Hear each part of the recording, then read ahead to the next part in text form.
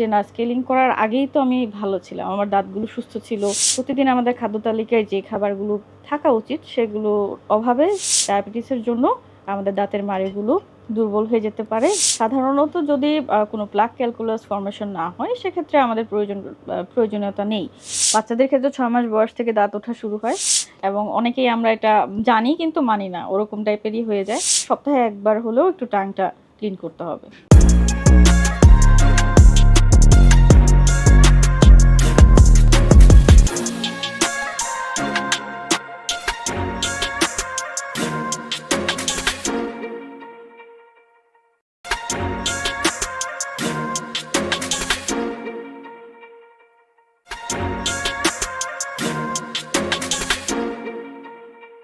সকলকে স্বাগত জানাচ্ছি নিউট্রিয়েন্ট কেয়ার প্রেজেন্টেড পডকাস্ট বয়সের খুঁটিনাটিতে, যেখানে আমরা কথা বলি হেলথ, এইজিং, ডিগনিটির সঙ্গে জড়িত জীবনের গল্প নিয়ে।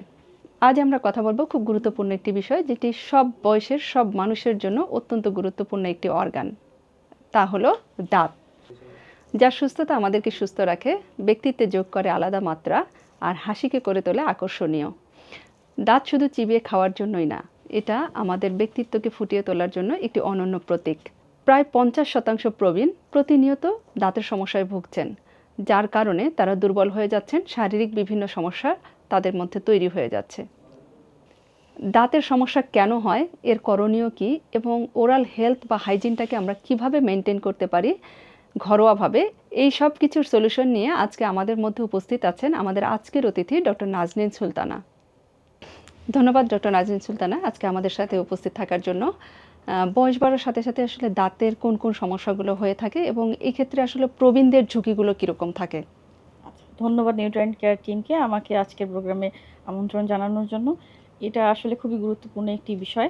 প্রবীণদের ক্ষেত্রে আমরা যে সমস্যাগুলো বিশেষ করে ফেস করি আমাদের প্রাইভেট প্র্যাকটিসের ক্ষেত্রে বা প্রতিনিয়ত যে রোগীগুলো আসেন, সাধারণত বিশেষ মানে পান সিগারেট খান, যাদের হচ্ছে কোনো ধরনের ওরাল হ্যাবিট থাকে, সিগারেট, জর্দা, সাধারণত তাদের দাঁতের ক্ষয় রোগ নিয়ে আসেন এবং দাঁতের মোবিলিটি যেটাকে বলি, দাঁত নড়ার সমস্যাগুলো বেশি দেখা যায় তাদের মধ্যে।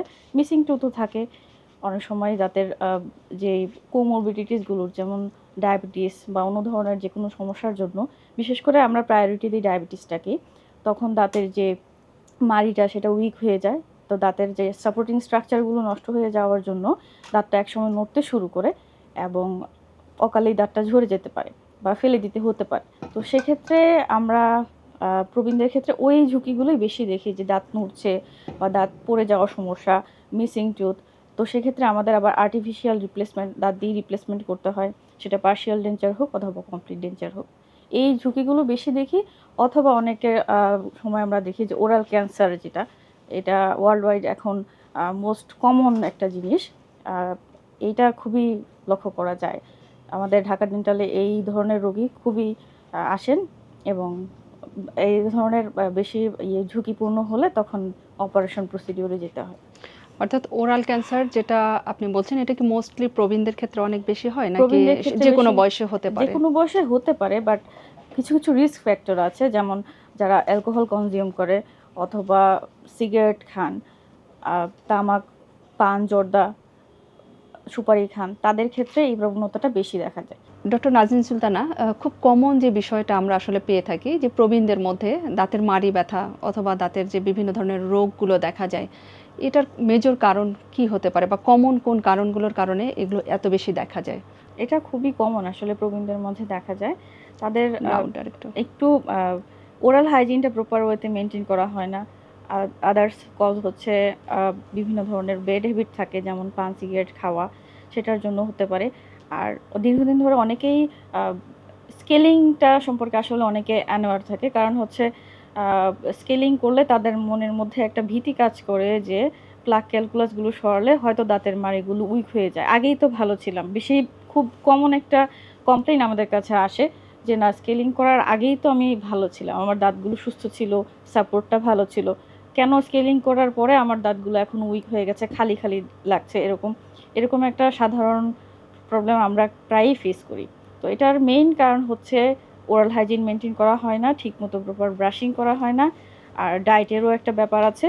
প্রতিদিন আমাদের খাদ্য তালিকায় যে খাবারগুলো থাকা উচিত সেগুলোর অভাবে মাড়ি থেকে রক্ত পড়া বা মাড়ির যে কোনো ধরনের সমস্যা সেগুলো দেখা দিতে পারে। এছাড়াও বয়সের বাড়ার সাথে সাথে বিভিন্ন কোমরবিডিটিস, সবচেয়ে বেশি কমন হচ্ছে ডায়াবেটিস। ডায়াবেটিসের জন্য আমাদের দাঁতের মাড়িগুলো দুর্বল হয়ে যেতে পারে, সাপোর্টিং স্ট্রাকচারটা নষ্ট হয়ে যেতে পারে এবং দাঁতগুলো নড়তে শুরু করবে। তখন আলটিমেটলি আমাদের দাঁতটা এক্সট্রাকশন করতে হবে। ওকে, তাহলে আমরা এখানে মেজর যে মানে সমস্যাগুলো পাচ্ছি, স্কেলিং নিয়ে আসলে খুব কমন, এটা আমাদের মনে হয় যে সবার মধ্যেই মিথটা আছে বা ধারণাটা আছে যে জি, স্কেলিংটা আমাদের দাঁতকে আরো দুর্বল করে। জি। অ্যাকচুয়ালি এখানে একটু সাইড প্রশ্ন আরেকটা আমি পাশাপাশি জিজ্ঞেস করতে চাই যে স্কেলিংটা আসলে কতটুকু প্রয়োজন এবং এটা কয়বার করা দরকার একজন সুস্থ স্বাভাবিক মানুষ যে কোনো বয়সে, বিশেষত আমরা মধ্য বয়স থেকে যদি শেষের এজটাকে চিন্তা করি, সেক্ষেত্রে স্কেলিং কয়বার করা দরকার? স্কেলিং সাধারণত যদি কোনো প্লাক ক্যালকুলাস ফর্মেশন না হয় সেক্ষেত্রে আমাদের প্রয়োজনীয়তা নেই। আমরা তখনই করব যখন আমাদের দাঁতের গোড়ায় সাবজিনজিভাল আর সুপ্রাজিনজিভাল ক্যালকুলাসগুলো, মানে পাথরগুলো সহজ ভাষায় যেটাকে বলা হয়, সেই পাথরগুলো জমা হলে তখন আমাদেরকে স্কেলিং করতে হবে। এটা কি ঘরোয়াভাবে আইডেন্টিফাই করার কোনো সুযোগ আছে যে এখন আমি ফিল করব স্কেলিং, নাকি আপনারা কোনো গাইডেন্স দিয়ে দেন, অথবা আমরা যারা ইন জেনারেল আছি তাদের আসলে বছরে কয়বার আপনাদের কাছে যাওয়া দরকার দাঁত? আমরা সাধারণত 6 মাস পর পর একজন ডক্টরের শরণাপন্ন হতে বলি আর পরামর্শ নেওয়ার এটা জন্য। নর্মাল যে কারো ক্ষেত্রে? নরমাল যে কারো ক্ষেত্রে আমরা পরামর্শ দিয়ে থাকি। তো সাধারণত যাদের সুস্থ দাঁত বা মাড়ি সুস্থ আছে, ক্যালকুলাস নেই, প্লাক ফর্মেশন হচ্ছে না বা পাথর নেই দাঁতের গোড়ায়, তো সেক্ষেত্রে আমাদের স্কেলিং করার কোনো প্রয়োজনীয়তা নেই। এই যে বললেন বাসায় আইডেন্টিফাই করতে পারে, সেক্ষেত্রে আসলে কোন বিষয়গুলো সে খেয়াল করবে? দাঁতের গোড়ায় একটু ইউলোইশ টাইপের একটা দাঁতের মাড়ি বরাবর সেক্ষেত্রে দেখা দিতে পারে, প্লাক ফর্মেশন দেখা দিতে পারে। সেটা দেখে আপনারা আইডেন্টিফাই করতে পারেন। এইটাই হচ্ছে আমাদের, মানে বাসায় একটু ঘরোয়া পদ্ধতিতে আমরা আইডেন্টিফাই করতে পারি। জি। অনেক ধন্যবাদ। আরেকটা যেটা বললেন যে আসলে ব্রাশিংটা প্রপারলি না হওয়া, জি। এক্ষেত্রে ব্রাশিং এর কি কোনো প্রপার ওয়ে আছে। ওয়ে আছে জি, যেটাতে যেইভাবে করলে আসলে অ্যাপ্রোপ্রিয়েট? আমরা তো নর্মালি দেখা যায় যে ব্রাশে পেস্ট লাগাচ্ছে এবং দুদিক থেকে হ্যাঁ, করে ফেলছে, randomly আমরা করে র্যান্ডামলি ফেলছি। আমরা ব্রাশটা হ্যাঁ। করে থাকি, সেক্ষেত্রে আসলে প্রপার ওয়েটা কি? ব্রাশিং টেকনিকের একটা নিয়ম আছে, সেটা হচ্ছে ব্রাশে পর্যাপ্ত পরিমাণ টুথপেস্ট নিয়ে দাঁতের সাথে 45 ডিগ্রি অ্যাঙ্গেলে সেটা সার্কুলার মোশনে আউটওয়ার্ডস এর দিকে আমাদের ব্রাশিংটা করতে হবে। মিনিমাম 2 মিনিটস, আমাদের অ্যাটলিস্ট 2 মিনিটস থাকতেই হবে। টাং ক্লিনের ক্ষেত্রে আপনারা কি ধরনের সাজেশন দেবেন? আমরা তো টাং ক্লিন যেটা খুব কমন প্র্যাকটিস দেখে থাকি যে যেই ব্রাশে আমি ব্রাশ করছি সেম ব্রাশ দিয়ে টাং ক্লিন করছি। সেটা করা যাবে, কোনো সমস্যা নেই, সেটা দিয়েই করা যাবে। বাট অ্যাটলিস্ট সপ্তাহে একবার হলেও একটু টাংটা ক্লিন করতে হবে। যাদের আসলে আমাদের দীর্ঘদিনের প্র্যাকটিস যে ঘুম থেকে উঠে আমরা দাঁতটা ব্রাশ না করলে ইজি ফিল করি না, তো সেক্ষেত্রে তাদের জন্য কি গাইডেন্স দেবেন? তারা ঘুম থেকে উঠে কি করবে, নাকি করলেও সেটা ব্রেকফাস্টের পরে আবার করবে? না, খুব বেশি অস্বস্তি যখন হয় তখন কারো যদি অভ্যাস থেকে থাকে তখন উনি সকালে উঠেও একবার করতে পারেন, আবার নাস্তার পরেও করতে পারেন।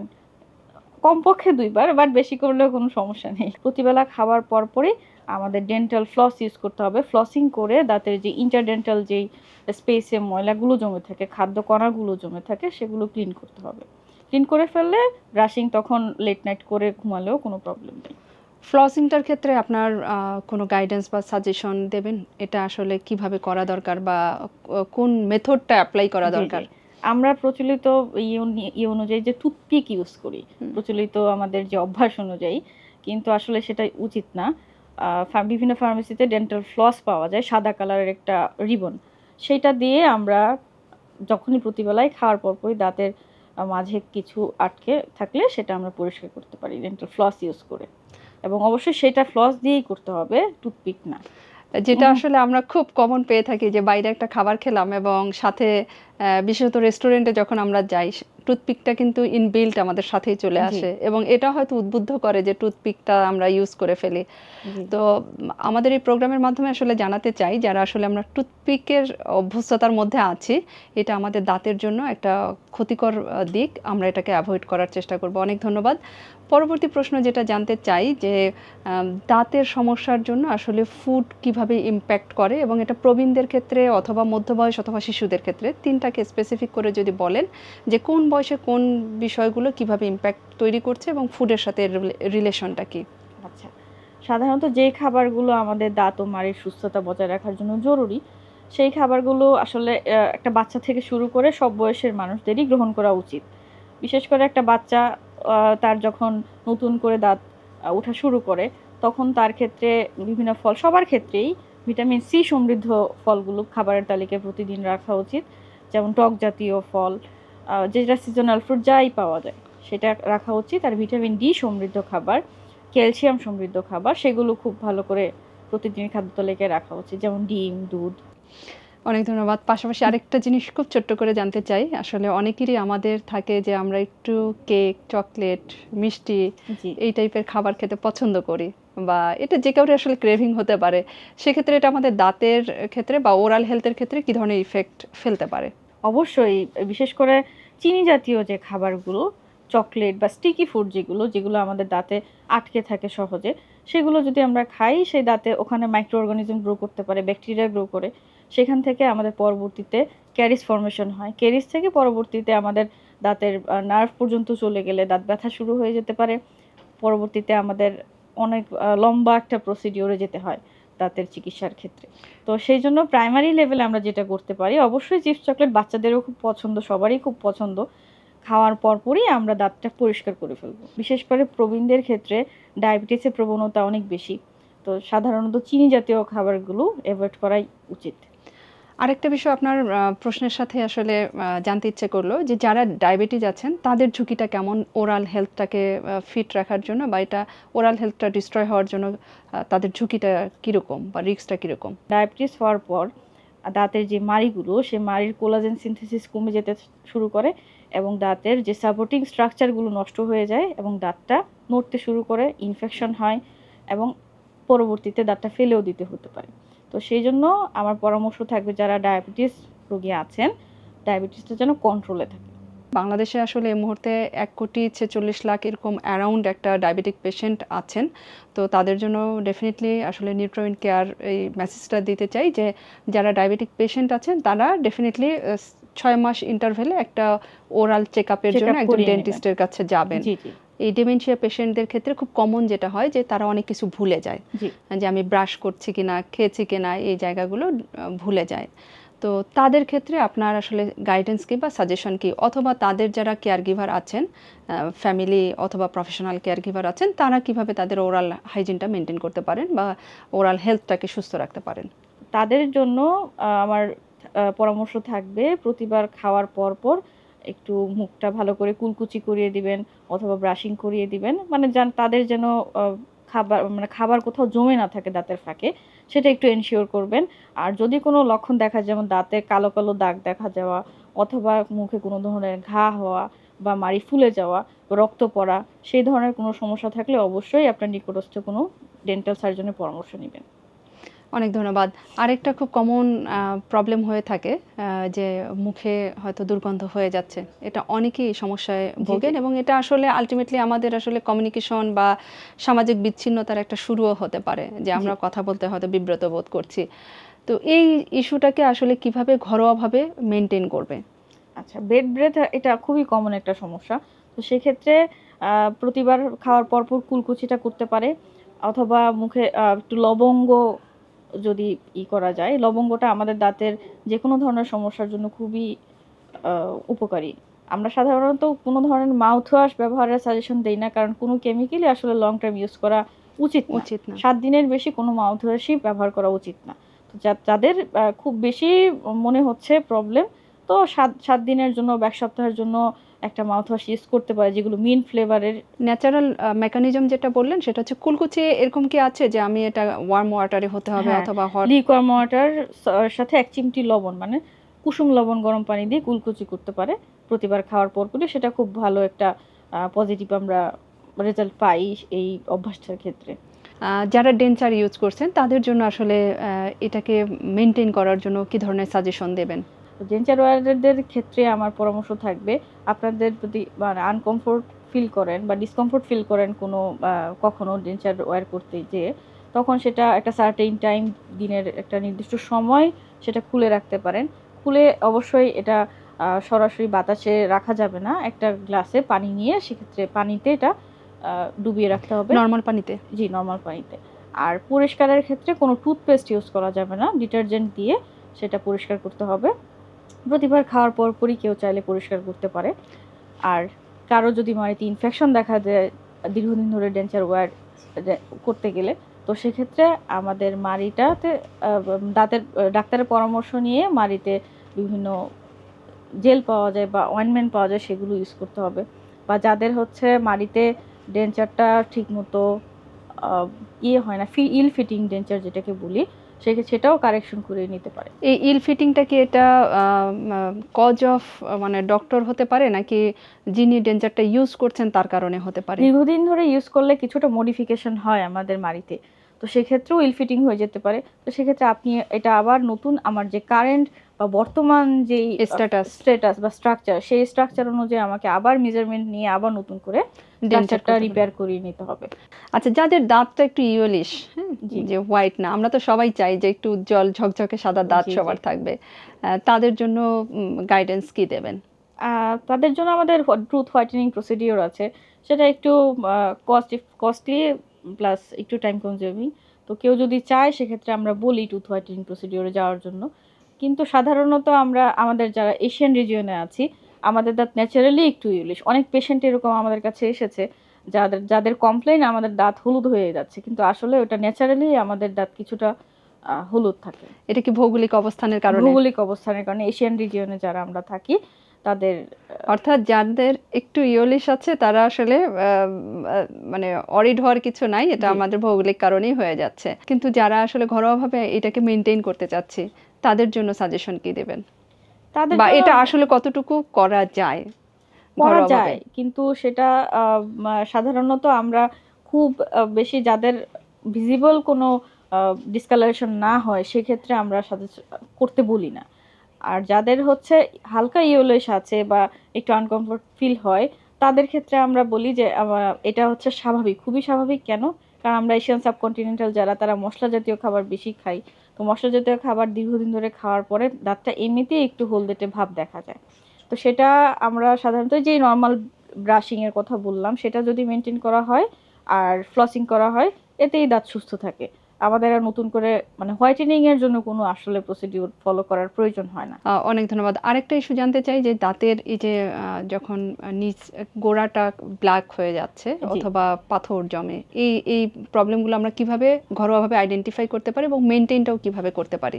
তখন আমাদের সবচেয়ে মোস্ট কমন কমপ্লেন যেটা থাকে, যে বেশিরভাগ আমাদের রোগীরা আসে তাদের ব্রাশ করার সময় দাঁতের মাড়ি দিয়ে রক্ত ঝরে।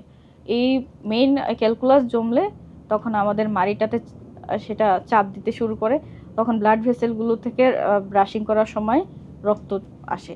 তো এই রক্ত পড়া কমপ্লেনটার মাধ্যমে আমরা আইডেন্টিফাই করতে পারি আমার ওরাল হেলথটা ভালো নেই, কারণ নর্মাল কখনোই কোনো মাড়ি থেকে রক্ত আসার কথা না। আরেকটা যেটা হয় যে দাঁতে শিরশির করে, কোনো কিছু খেলেই দাঁতে শিরশির করে, এই শিরশির করার কারণ কি এবং এটা কিভাবে মেনটেন করা যেতে পারে? অনেকের এনামেল ন্যাচারালি এনামেল থিকনেসটা একটু কম থাকে, যাতে যে সবচেয়ে শক্ত যে স্ট্রাকচার আমাদের উপরের যে হোয়াইট যে আবরণটা, সেটা অনেকের ক্ষেত্রে ন্যাচারালি একটু থিকনেস কম থাকে, সেক্ষেত্রে সেন্সিটিভিটি ডেভেলপ করতে পারে। প্রবীণদের ক্ষেত্রে একটু অনেক বয়সের পরে সেটা দেখা যায়, তাদের ক্ষেত্রে মানে কোনো ধরনের অবশ্যই গ্রাইন্ডিং এর জন্য অ্যাব্রেশন হয়ে যায়, দাঁতে ক্ষয় হয়ে যায় সাধারণত, যেটা সহজ ভাষায় বলতে গেলে দাঁতের ক্ষয়ের জন্য দাঁতের এনামেল স্ট্রাকচারটা লস হয়ে ডেন্টিন এক্সপোজ হয়ে যেতে পারে। সেই মানে দাঁতের এনামেলের ভেতরের লেয়ার হচ্ছে ডেন্টিন এক্সপোজ হয়ে গেলে সেখানে নার্ভ ইম্পালস চলে যেতে পারে এবং সেন্সিটিভিটি ডেভেলপ করতে পারে। তো সেক্ষেত্রে অবশ্যই আপনারা ডেন্টিস্টের পরামর্শে ওই দাঁতটা একটু ফিলিং করে নেবেন।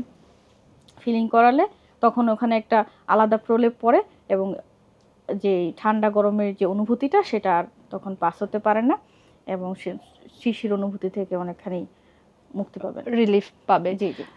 পাশাপাশি আরেকটা বিষয় জানতে চাই, এই যে ফিলিং এবং রুট ক্যানেল খুব কমন, আমরা ডেন্টিস্টদের কাছে গেলে এই ট্রিটমেন্টটা পেয়ে থাকি, কার জন্য কোনটা প্রযোজ্য এবং এটা আসলে কেন প্রয়োজন হয়? দাঁতের সবচেয়ে ভেতরের লেয়ার হচ্ছে পাল্প। পাল্পের উপরে থাকে ডেন্টিন, ডেন্টিনের উপরে থাকে এনামেল। এনামেলটা হচ্ছে আমাদের সবচেয়ে আউটার লেয়ার, যেটা আমরা সাদা ভিজিবল এরিয়াটা দেখি। প্রথমেই যখন আমাদের একটা কেরিস শুরু হয়, তো কেরিস শুরু হওয়ার ইনিশিয়াল স্টেজ হচ্ছে এনামেলটাকে সে এফেক্ট করবে। এনামেলটাকে এফেক্ট করলে তখন দাঁতের যে সাদা অংশটা সেটা কালো হয়ে যেতে শুরু করে। আস্তে আস্তে কালো অংশটা বড় হয়ে গেলে একটা বড় ক্যাভিটি তৈরি করতে পারে। সেই ক্যাভিটিটা যখন আরও ভেতরের দিকে যায়, তখন সেটা পাল্প ক্যাভিটি পর্যন্ত চলে যায়। তখন রোগী ব্যথা অনুভব করে। আর তীব্র যাদের ব্যথা। তীব্র ব্যথা অনুভব করে, তখন আমরা তাকে সাজেশন দিই রুট ক্যানাল ট্রিটমেন্ট প্রসিডিউরে যেতে হবে।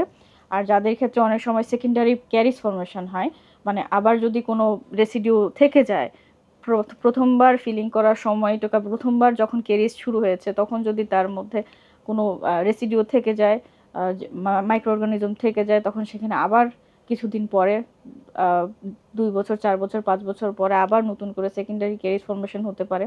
সেকেন্ডারি কেরিস ফর্মেশন করলে তখন সেক্ষেত্রে আমাদের ফিলিংটা তখন আর কাজ করবে না, আমাদের রুট ক্যানাল প্রসিডিউরে চলে যেতে হবে। তার মানে রুট ক্যানেলের প্রাইমারি হচ্ছে ফিলিং, এবং এটা যদি ভালোভাবে হয় তাহলে লাইফ লং, আর যদি না হয় তাহলে এটা বারবার আমাদের করার প্রয়োজন হতে পারে। আচ্ছা, আরেকটা বিষয় আপনার কথার সাথে আসলে জানতে খুব ইচ্ছা হচ্ছে যে অনেক সময় আমাদের ভিতরের দাঁতগুলো গর্ত হয়ে যায় এবং আমরা এটা বুঝতে পারি না। হয়তো ডেন্টিস্টের কাছে গিয়েছি কোনো ঘটনাচক্রে, কারণ আমরা মোস্টলি আসলে প্র্যাকটিস খুব সহজে হয়তো আমরা ডেন্টিস্টের কাছে যেতে চাই না। এটার দুটো রিজন, একটা হচ্ছে ওই জায়গাটা হয়তো আমাদের উইলিংনেসটা খুব একটা কাজ করে না, যেহেতু এটা শক্ত অর্গান আমাদের হিউম্যান বডিতে। আর একটা যেটা হচ্ছে ডেন্টাল আসলে ট্রিটমেন্টগুলো অনেক এক্সপেন্সিভ, আমরা যদি অন্য ট্রিটমেন্টের থেকে কম্পেয়ার করি একটু এক্সপেন্সিভ। তো দুটো কারণেই আসলে যাওয়া হয় না, কিন্তু আমরা গেলাম, সাডেনলি গেলাম, বা আমাদের কাছে একটা প্রশ্ন এরকম এসেছে যে সাডেনলি সে ডক্টরের কাছে গিয়েছে র্যান্ডম ভিজিট, এবং সেখানে দেখা গেলো যে ভিতরের কয়েকটা দাঁত গর্ত হয়ে আছে। তো তাকে এই যে রুট ক্যানেলের ব্যাপারটা বলা হয়েছে এবং সে ভয় ভীতি করে আর সেকেন্ড ভিজিটটা করেনি। তো তারা এই টাইপের প্রবলেমে যারা আছেন অথবা খেয়াল করছেন না, তাদের জন্য আপনি আসলে কি ধরনের পরামর্শ দিবেন বা সাজেশন দিবেন, বা তাদের করণীয়গুলো কি? সাধারণত আমরা যেই রোগীগুলো আমরা পাই, কারণ আমাদের দেশে একটা কমন প্রবলেম হচ্ছে কেউ ব্যথা না হওয়া পর্যন্ত ডক্টরকে আমরা স্মরণ করি না, ডক্টরকে দেখাতে চান না। তো সেক্ষেত্রে একদমই যখন ব্যথার স্টেজে চলে যায়, যেটা আগে বললাম, রুট ক্যানাল প্রসিডিওর ছাড়া তখন আর কোনো ওয়ে থাকে না, যদি সে পেইন ফিল করে। আদারওয়াইজ সেন্সিটিভিটি বা কোনো ধরনের ক্যারিস যদি হয়, ছোটোখাটো যদি কোনো গর্ত ফরমেশন হয়, সেক্ষেত্রে আমরা ফিলিংয়েই সেটা সেরে দেওয়ার চেষ্টা করি, এবং এটা কিওর হয়। হ্যাঁ, এটা কিওর হয়। যারা বেড রিডেন, প্রবীণদের ক্ষেত্রে আমরা যারা বেড রিডেন আছেন তাদের ক্ষেত্রে ডেন্টাল কেয়ারটা কিভাবে হতে পারে?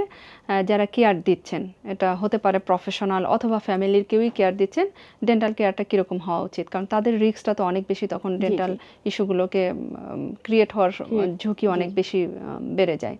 তো তাদের ক্ষেত্রে প্রতিবার যারা কেয়ার গিভার আছেন অবশ্যই খেয়াল রাখবেন, তাদের প্রতিবার খাওয়ার পরপরই দাঁতটা কুলকুচি করিয়ে নেবেন, এবং দিনে 2 বার দাঁত ব্রাশ করা সেটা খুব ভালোভাবে মেনটেন করবেন, এবং কোনো ধরনের দাঁতে ফোলা আছে কিনা বা রক্ত পড়ছে কিনা সেগুলো একটু ভালো করে খেয়াল করবেন। যদি ওরকম কোনো কিছু লক্ষণ প্রকাশ পায়, সেক্ষেত্রে অবশ্যই ডাক্তারের শরণাপন্ন হন। অনেক ধন্যবাদ। আমাদের একটা বড় প্রপোর্শন হচ্ছে শিশু, এবং শিশুরা আসলে দাঁতের ডাক্তারের কাছে যেতে অনেক বেশি ভয় পায়।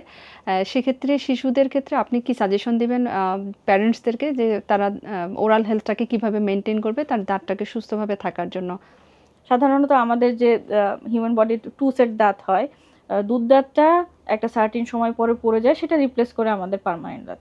কিন্তু দুধ দাঁতটা যতদিন পর্যন্ত মাড়িতে থাকার কথা, সাধারণত বাচ্চারা চকলেট চিপস বেশি খায় বা বিভিন্ন ধরনের স্টিকি ফুড বেশি খায়। তো এই খাবারগুলো খাওয়ার পর দাঁতে আটকে থাকে, এবং প্যারেন্টসরা সেটা খেয়াল না করলে আলটিমেটলি সেখান থেকে ক্যারিস ফর্মেশন শুরু হয়। ক্যারিস ফর্মেশন শুরু হয়ে দাঁতগুলো ভাঙতে শুরু করে, এবং আলটিমেটলি তখন আর আমাদের ট্রিটমেন্ট প্রসিডিওর যাওয়া সম্ভব হয় না, তখন আমাদের দাঁতগুলো ফেলেই দিতে হয়। তো আর্লি এজে আসলে দাঁত ফেলে দেওয়াটা খুবই ঝুঁকিপূর্ণ বাচ্চাদের ক্ষেত্রে, কারণ সেটা পরবর্তীতে পার্মানেন্ট দাঁত যখন উঠে সেটাতে হ্যাম্পার করে। এটা ব্রেনে কি কোনো সমস্যা করে? কারণ দাঁত ব্রেইনের তো একটা, ক্ষেত্রে যেসব শিশুরা অলরেডি আমাদের আঁকাবাঁকা দাঁত হয়ে গিয়েছে এবং এটা আসলে পরিণত বয়সে যায়, অনেক সময় শিশুরা বা প্যারেন্টসরা আমরা খেয়াল করি না, ছোট মানুষ, দাঁত তো ঠিক আছে, ঠিক হয়ে জি জি। যাবে। তো তাদের জন্য আপনার আসলে গাইডেন্স কি করণীয়? আচ্ছা, সাধারণত আমাদের 6 মাস, বাচ্চাদের ক্ষেত্রে 6 মাস বয়স থেকে দাঁত ওঠা শুরু হয় এবং সেটা 6 বছর বয়স পর্যন্ত চলতে থাকে, এবং দাঁত পড়তে শুরু করে 6 বছর বয়স থেকে। নতুন নতুন দাঁত, পুরনো দাঁত মানে প্রাইমারি দাঁতটা পড়ে নতুন দাঁত ওঠা শুরু করে সেটা 6 বছর বয়স থেকে। তো তখন এই সময়টুকুতে যদি প্যারেন্টসদের অবশ্যই খেয়াল করা উচিত যে কোন দাঁতটা নড়ছে বা কোনটার মোবিলিটি আছে, বাচ্চাদেরকে গাইডেন্স দেওয়া যে তুমি দাঁতটা নিজে নিজে একটু নাড়ানোর চেষ্টা করো বা দাঁতটা একটা নিজেরা একটু খেয়াল করে ফেলে দেওয়া, সেটা অবশ্যই উচিত। বাট যদি মিস হয়ে যায় সেক্ষেত্রে পার্মানেন্ট যে দাঁতটা আসে সেক্ষেত্রে ওখানে ক্রাউডিং দেখা যায় বা এলোমেলো হয়ে দাঁতটা উঠে। তো যত দ্রুত সম্ভব একজন ডাক্তারের পরামর্শ নিয়ে এই ক্রাউডিংটা ঠিক করানো উচিত। আক্কেল দাঁতটা সাধারণত 18 থেকে 21 বছর বয়সের মধ্যে ওঠে, আর বাকি যেই দাঁতগুলো আছে আমাদের মুখের, বাকি 28টা দাঁত, সেই 28টা দাঁত পার্মানেন্ট দাঁত 12 থেকে 13 বছর বয়সের মধ্যেই ইরাপশন কমপ্লিট হয়ে যায়। যদি ডিলে হয় সেক্ষেত্রে আসলে কেন হয়, এটার কোনো রিজন আছে যারা ডিলে কমপ্লিট হচ্ছে দাঁতগুলো? আর আক্কেল দাঁতের ক্ষেত্রে আপনি যেটা বললেন যে 18 থেকে 21, কিন্তু অনেক সময় আমরা যে দেখি যে 40-এর পরে প্রচণ্ড ব্যথা এবং তখন শোনা যায় যে এটা আক্কেল দাঁত হচ্ছে। তো জি। এইগুলোর সময়সীমা কোনো ভেরি করে কিনা? হ্যাঁ, ভেরি করে। কারো কারো ক্ষেত্রে আগেও ইরাপশন হতে পারে। অনেকে নিউনেটাল টুথ নিয়েও জন্মগ্রহণ করে। জন্মের সময় থেকেই অনেকের দাঁত থাকে অনেক বাচ্চাদের, বা অনেকের আবার 6 মাস বয়সে ওঠার কথা, সেই দাঁত 9 মাস বয়সেও ওঠে। এটা খুব সমস্যা না। যদি কারো কারো মনে হয় যে হেজিটেট ফিল করে যে না, আমি একটু কনসাল্ট করা দরকার ডাক্তারের সাথে, তখন অবশ্যই করিয়ে নেবেন। বাট এটা ইউজুয়ালি হয়, খুব বড় ধরনের কোনো সমস্যা না। মেজর কোনো সমস্যা না। সমস্যা না। আর সেকেন্ড যে বিষয়টা জানতে চাচ্ছিলাম যে আক্কেল দাঁত, জি। এটা কি ওই 40-এ যে যখন হয় সেটা আসলেও কি এটাই টাইম, নাকি এটা কোনো ধরনের নিউট্রিশনাল ডিলে, নিউট্রিশনাল লস অথবা অন্য কোনো কারণে হতে পারে? সাধারণত এত বয়স পর্যন্ত আমাদের আক্কেল দাঁতের ইরাপশন টাইম না, বা 21, কারো কারো ক্ষেত্রে 24-25 বছরের মধ্যেই এটা ইরাপশনটা কমপ্লিট হয়ে যায়। কিন্তু আক্কেল দাঁতের নেচার হচ্ছে সে কখনোই সাধারণত আমরা মানে খুব কম সময়ই পাই যে প্রপার ওয়েতে উঠছে। বেশিরভাগ ক্ষেত্রেই দেখা যায় সেটা হচ্ছে হরাইজন্টালি প্লেসড অথবা একটু আহ, আঁকাবাঁকা হয়েই ওঠে। আঁকাবাঁকা হয়ে ওঠার জন্য দেখা যায় যে ওই জায়গায় প্রপার, যেহেতু মাড়ির সর্বশেষ দাঁত, ওখানে প্রপার ব্রাশিং করা যায় না, ওখানে ময়লা জমে বা খাবারের কোনা জমে আস্তে আস্তে ডে বাই ডে সেখানে ক্যারিজ ফর্মেশন হতে পারে, যেটা আমরা সাধারণত খেয়াল করি না। কিন্তু যখন খেয়াল করি তখন আর এটা ব্যথার পর্যায়ে চলে যায়, তখন আমাদের খেয়াল হয়। কিন্তু আসলে সেটা দাঁতের গঠনের জন্য না, সেটা হচ্ছে দাঁতের কেয়ারিং এর জন্য। কেয়ারিং এর জন্য বা ক্যারিজ শুরু হওয়ার জন্য, দাঁতটা ক্ষয় হওয়ার জন্য ব্যথাটা শুরু হয়। আপনার কাছে লাস্ট যে লাইনটা জানতে চাবো, অনেকগুলো গুরুত্বপূর্ণ ইনফরমেশন আপনি অলরেডি শেয়ার করেছেন আমাদের যারা দর্শক শুনছেন তাদের উদ্দেশ্যে। আমি আশা করছি যে এটা অনেকেই ঘরোয়াভাবে ওরাল হেলথটাকে মেনটেন করতে বা ওরাল হাইজিনটাকে মেনটেন করতে সহায়তা করবে। লাস্ট যেটা আসলে এক লাইনে যদি বলতে চান যে ওরাল হেলথটাকে আসলে মেনটেন করার জন্য, ওরাল হাইজিনটাকে ফিট রাখার জন্য বা ওরাল হেলথটাকে ফিট রাখার জন্য আমরা কি কাজ করতে পারি, এবং এটা বয়স ভেদে কোনো তারতম্য আছে কিনা? বয়স ভেদে আসলে ওরকম কোনো তারতম্য নাই, সবার ক্ষেত্রে প্রসিডিওরটা same. Hygiene, first of all ব্রাশিংটা ঠিক মতো করতে হবে, দিনে 2 বার দাঁত ব্রাশ। 45 ডিগ্রি অ্যাঙ্গেলে সার্কুলার জি, মোশনে। সার্কুলার মোশনে, এবং পর্যাপ্ত পরিমাণ টুথপেস্ট নিয়ে এবং প্রপার একটা টুথপেস্ট সিলেক্ট করতে হবে, সেটা অবশ্যই ডাক্তারের পরামর্শে, এবং 2 মিনিট ধরে দাঁতটা ব্রাশ করতে হবে। তারপর ব্রাশিংয়ের পর অবশ্যই আসবে ফ্লসিং, কারণ ব্রাশিং আমরা দিনে 2 বার করি, কিন্তু এর মধ্যে আমাদের যে খাওয়া হচ্ছে, খাবারের কণাগুলো দাঁতের ফাঁকে আটকে থাকছে, সেগুলো বের করার জন্য আমরা ফ্লস করব। অবশ্যই টুথপিক না। ফ্লসিং করে আমরা এটা পরিষ্কার করতে পারি। এছাড়া আমরা হচ্ছে মাঝে মাঝে যদি কারো কারো ক্ষেত্রে মাড়ি ফোলা বা কোনো ধরনের অন্য কোনো সমস্যা থাকে, ইনফেকশন প্রবণতা থাকে, সেক্ষেত্রে কুলকুচি করতে পারি। কুলকুচির পানিটার ক্ষেত্রে পানিটার ক্ষেত্রে একটু কুসুম লবণ গরম পানিতে 1 চিমটি একটু লবণ দিয়ে সেটা আমরা মেনটেন করতে পারি। অনেক ধন্যবাদ আজকে আমাদের সাথে আসার জন্য। আর আপনার সবশেষ আমাদের দর্শককে যদি কিছু বলতে চান আমরা জি, দর্শকদের উদ্দেশ্যে আমার একটাই পরামর্শ থাকবে, আসলে আমাদের দেশে সঠিক তথ্যের অভাবে মানুষগুলো খুব ভোগান্তিতে পড়েন। আমার পরামর্শ থাকবে, আপনারা যখনই কোনো মুখ ও দাঁতের যে কোনো সমস্যায় অবশ্যই একজন নিকটস্থ বিডিএস ডাক্তারের শরণাপন্ন হবেন। কারণ আমাদের বিডিএস ডক্টর ছাড়াও আশেপাশে অনেক টেকনোলজিস্ট যারা আছেন, তারা যারা নিজেদেরকে ডাক্তার বলে দাবি করেন, ওনাদের কাছে যে অনেকেই বিড়ম্বনায় পড়েন, এরকম অনেক রোগী আমাদের কাছে আসেন। তা আমার পরামর্শ থাকবে, আপনারা অবশ্যই একজন বিডিএস ডিগ্রিধারী একজন ডক্টরের শরণাপন্ন হবেন এবং পরামর্শ নেবেন। দাঁত নিয়ে খুব চমৎকার কিছু সলিউশন আজকে আমরা পেয়েছি ডক্টর নাজনীন সুলতানার কাছে। সবাই ভালো থাকবেন, সুস্থ থাকবেন, সুস্থ দাঁতে সুন্দর হাসির সাথেই থাকবেন। আমি আলিফা আফরোজ আজকে বিদায় নেব নিউট্রাইন কেয়ার পডকাস্টের আজকের এপিসোড থেকে। পরবর্তী এপিসোডে নতুন কোনো অতিথি, নতুন কোনো প্রবলেম, নতুন কোনো সলিউশন নিয়ে আমি আলিফা আফরোজ আবার আসবো আপনাদের সাথে।